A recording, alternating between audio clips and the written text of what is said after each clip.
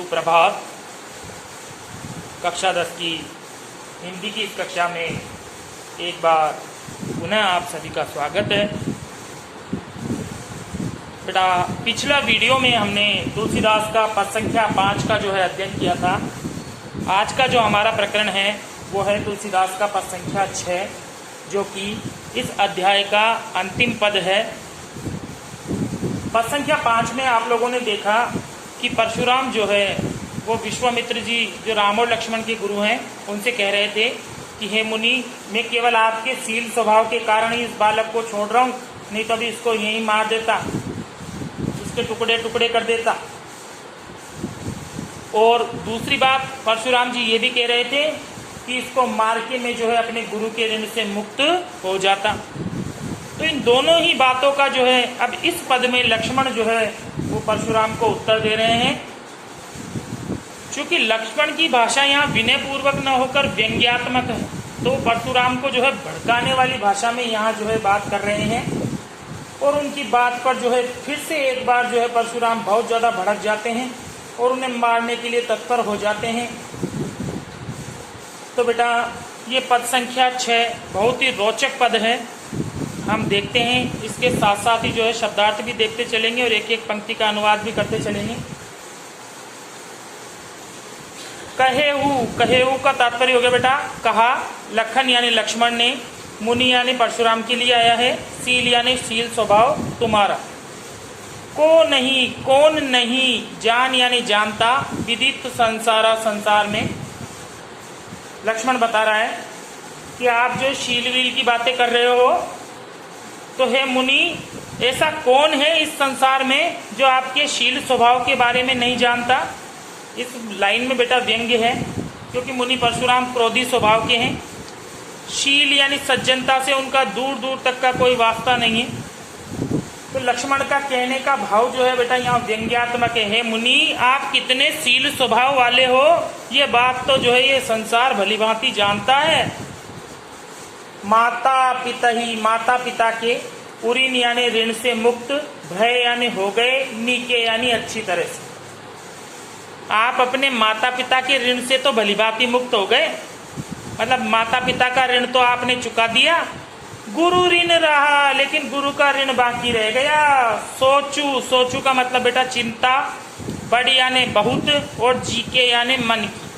अच्छा, गुरु का ऋण बाकी रह गया, यह आपके मन की बहुत बड़ी चिंता का एक विषय हो गया।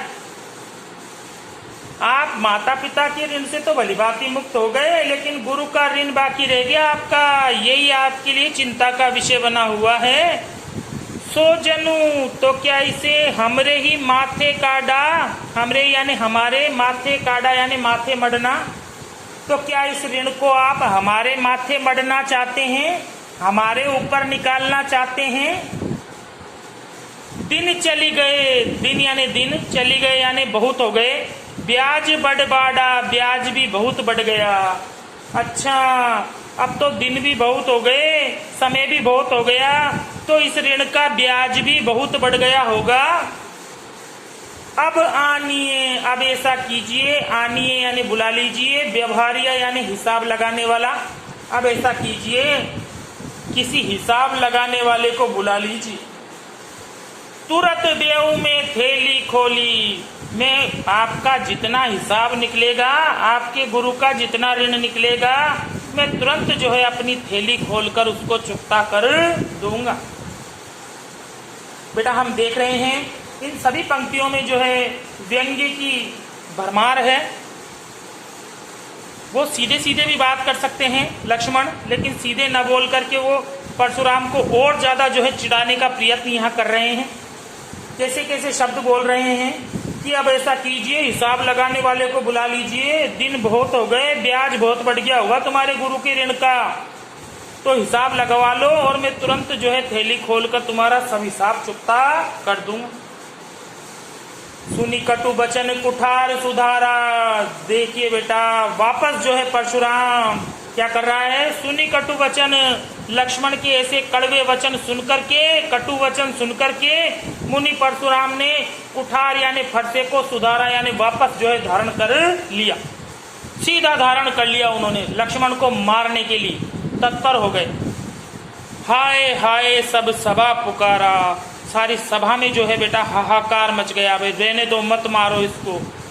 परशुराम जो है लक्ष्मण को मारने के लिए अपना फरसा लेकर उसके पीछे दौड़े और सारी सभा में बेटा हाहाकार मच गया।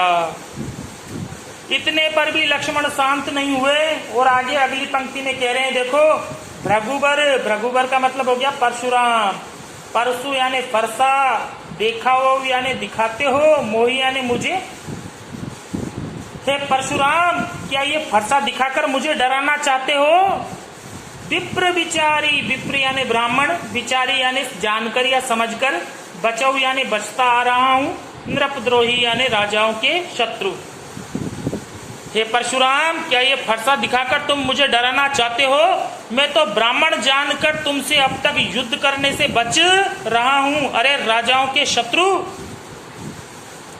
मिले न कबऊ सुबट रन घाड़े, लगता है, मुझे ऐसा लगता है कि तुम्हें जो है कभी, कबऊ यानी कभी, सुबट यानी अच्छे योद्धा, रन यानी युद्ध में, रन गाड़े यानी युद्ध के अंदर, मुझे लगता है आपका जो है कभी युद्ध में अच्छे योद्धाओं से पाला नहीं पड़ा। जिन क्षत्रियों को आपने मारा है वो अच्छे नहीं थे, अगर अच्छे योद्धाओं से पाला पड़ता तो अब तक तुम्हारे सब बातें समझ में आ जाती। द्विज देवता घरई के बाड़े, द्विज यानी ब्राह्मण, देवता यानी देवता, घरई यानी घर के। अच्छा, मुझे लगता है तुम तो अपने घर के ही वीर, घर के ही देवता बने हुए हो। लगता है तुम्हारा अच्छे योद्धाओं से पाला नहीं पड़ा, तुम तो अपने घर के ही वीर बने हुए हो, घर में ही लड़े हो। अनुचित कही सब लोग पुकारे, लक्ष्मण की ये सारी अनुचित बातें सुनकर के सभा में बैठे हुए सभी लोग उनके व्यवहार की निंदा करने लगे। भाई देखो, छोटा सा लड़का कितना ज्यादा बोल रहा है। तब क्या किया बेटा, रघुपति यानी श्री राम ने सैन्य यानी नेत्रों से लखन निवारे, लखन को सैन्य, लखन निवारे का तात्पर्य हो गया बेटा नेत्रों के संकेत के माध्यम से लक्ष्मण को जो है आगे बोलने से राम ने मना किया। अनुचित वचन बोलने के कारण सब लोग जो है लक्ष्मण के व्यवहार की निंदा करने लगे। तब राम ने जो है नेत्रों के संकेत से लक्ष्मण को आगे बोलने से मना किया। लखन उत्तर आहुति सरिस, लक्ष्मण के जो उत्तर थे वह आहुति के समान, सरिस यानी समान, आहुति जलती हुई अग्नि जो होती है, आहुति के समान काम कर रहे थे। किसमें बेटा, भृगुबर, भृगुबर यानी परशुराम, कोप यानी क्रोध और कृशानु यानी अग्नि। तो लक्ष्मण के जो उत्तर हैं वो परशुराम की क्रोध रूपी अग्नि को भड़काने का काम कर रहे थे। यानी लक्ष्मण जो उत्तर दे रहे थे उनको, उससे जो है परशुराम की क्रोध रूपी अग्नि और ज्यादा बढ़ रही थी। बढ़त देखी, बात को बढ़ती हुई देखकर, जल सम वचन, जल के समान वचन। बेटा दो स्थानों पर यहाँ उपमा हो रही है, यहाँ भी उपमा अलंकार है, यहाँ भी उपमा अलंकार है। और कोप कृशानु में बेटा रूपक है। तो बात को बढ़ती हुई देखकर श्री बोले रघुकुल भानु, रघुकुल यानी रघुकुल श्री राम का वंश का नाम है और भानु यानी सूर्य। तो रघुकुल के सूर्य कौन हो गए बेटा, श्री राम। रघुकुल के सूर्य हो गए श्री राम। तो बात को ज्यादा बढ़ती हुई देख करके जो रघुकुल भानु यानी श्री राम जो है वो जल के समान शीतल वचनों में बोलने लगे, परशुराम के क्रोध को शांत करने लगे। देखेंगे बेटा एक बार पुनः ऊपर से नीचे तक। लक्ष्मण जो है परशुराम से कह रहा है कि मुनि आप कितने शील स्वभाव वाले हैं, यह बात सारा संसार भलीभांति जानता है। आप माता पिता के ऋण से तो भलीभांति मुक्त हो गए, लेकिन गुरु का ऋण बाकी रह जाने से आपके मन में बहुत बड़ी चिंता है, आपको चिंता सता रही है। तो क्या आप उस ऋण को हमारे माथे मढ़ना चाहते हो, हमारे ऊपर निकालना चाहते हो? अच्छा, दिन भी बहुत हो गए, अब तो इस ऋण का ब्याज भी बहुत बढ़ गया होगा। तो अब ऐसा कीजिए, किसी हिसाब लगाने वाले को बुला लीजिए, आपका जितना हिसाब निकलेगा मैं तुरंत जो है अपनी थैली खोलकर चुकता कर दूंगा। लक्ष्मण की ऐसी व्यंग्य भरी बातें सुन करके परशुराम जो है क्रोधित हो जाते हैं बेटा। और वो अपने फरसे को जो है सीधा यूं हाथ में धारण कर लेते हैं और लक्ष्मण को मारने के लिए तत्पर हो जाते हैं। यह देख करके सारी सभा में जो है हाहाकार मच जाता है। इतने पर भी जो है लक्ष्मण चुप नहीं होते हैं और आगे बोलते हैं, हे भृगुवंशी, हे परशुराम, क्या ये फरसा दिखाकर मुझको डराना चाहते हो? मैं तो जो है ब्राह्मण जानकर आप ब्राह्मण हो, इसलिए मैं आपसे युद्ध करने से बच रहा हूँ। मुझे लगता है आपका अभी तक युद्ध में जो है अच्छे योद्धाओं से पाला नहीं पड़ा। आप जो है घर में ही वीर बने हुए हो, घर के ही वीर बने हुए हो। लक्ष्मण को इस तरह अनुचित वचन कहते सुनकर वहां बैठे सभी लोग जो सभा में मौजूद थे वो उनके व्यवहार की निंदा करने लगे। तब जो है श्री राम ने नेत्रों के संकेत से जो है लक्ष्मण को आगे बोलने से मना किया। परशुराम की क्रोध रूपी अग्नि को लक्ष्मण के उत्तर जो है आहुति के समान बेटा भड़काने का काम कर रहे थे। इस तरह बात को बढ़ती हुई देखकर जो है रघुकुल भानु यानी श्री राम जो है जल के समान शीतल वचन बोलकर जो है परशुराम की क्रोध को राम ने शांत करने का प्रयास किया। इस पद की जो भाषा है बेटा वो साहित्यिक अवधि है, आपको पता ही है। इसमें जो है 2 छंद हैं। ऊपर जो है यहाँ से यहाँ तक ये सब चौपाई छंद है और नीचे वाला जो है ये दोहा छंद है। हम पहले भी बात कर चुके हैं। रस की बात करें तो बेटा इसमें वीर रस और रौद्र रस 2 रसों का इसमें आविर्भाव हुआ है। इसमें अनेक स्थानों पर बेटा अनुप्रास अलंकार है। यहाँ हाय हाय जो शब्द है इसमें पुनरुक्ति प्रकाश अलंकार है। नीचे 2 स्थानों पर बेटा उपमा अलंकार है।